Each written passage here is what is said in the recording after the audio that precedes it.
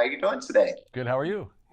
Doing wonderful. Thank you. We're so happy to have you on with us today because what a beautiful story, a beautiful movie, perfect time of year to do it. But there's got to be a little bit of apprehension going into it because it's such sacred ground, really, right?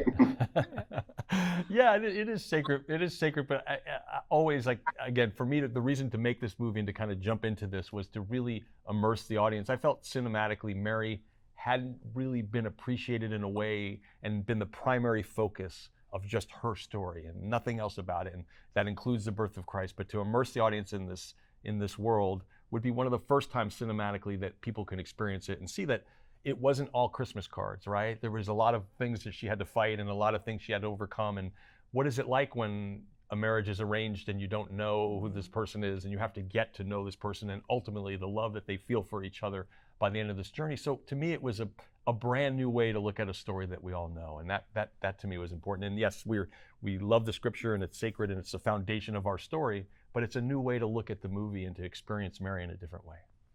Absolutely. And playing Mary must have been quite taking on, right? Yeah, right. When when I first learned that I got the role, um, it was a bit overwhelming. I'm not gonna lie. Obviously, I felt incredibly humbled, but also it is a tremendous responsibility. You know, Mary holds such a central place in the hearts of millions of people, and I wanted to portray her in a way that is very respectable.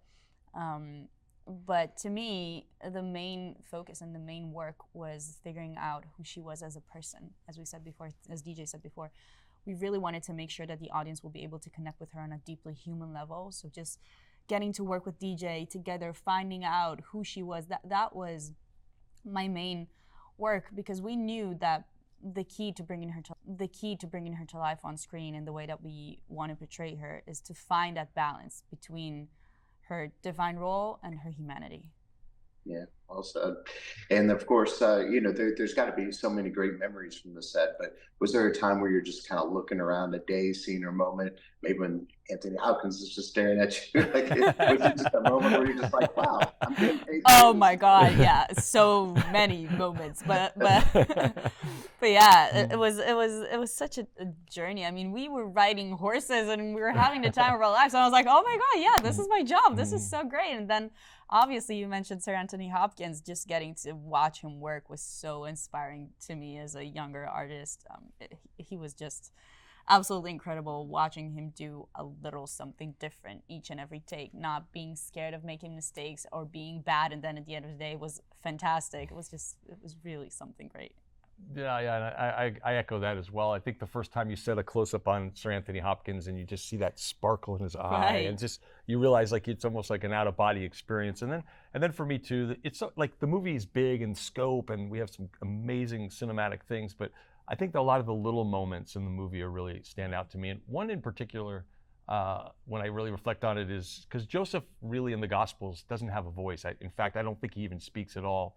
And there's a moment we created in a scene in improv, basically, where Joseph, after Mary's about to be, she was almost stoned, and Joseph comes in and rescues her, and he sits down, and we just kind of sit down in this real quiet moment in a two-shot, and he just says, I will love this child the best I can, and I will love you the best that I can.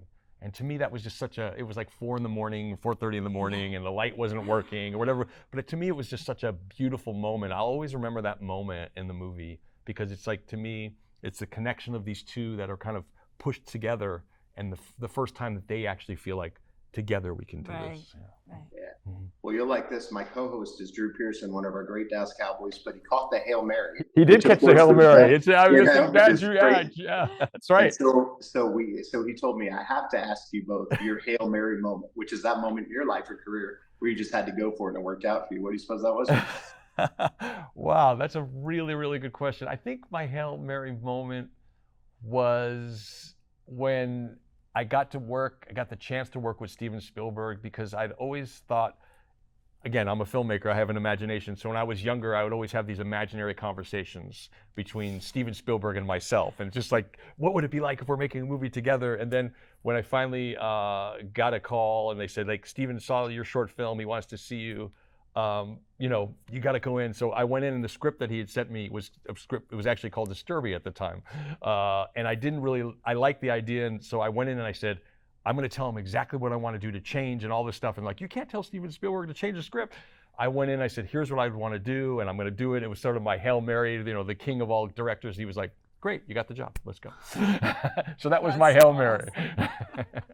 Amazing. How about for you? I guess mine was while auditioning for this project. Exactly. I mean, I've been working in Israel since I was really, really young, about 7 years old, but this is my first international gig, and it was my first international audition as well. Was it really? Actually, yeah, okay. it really was. Yeah.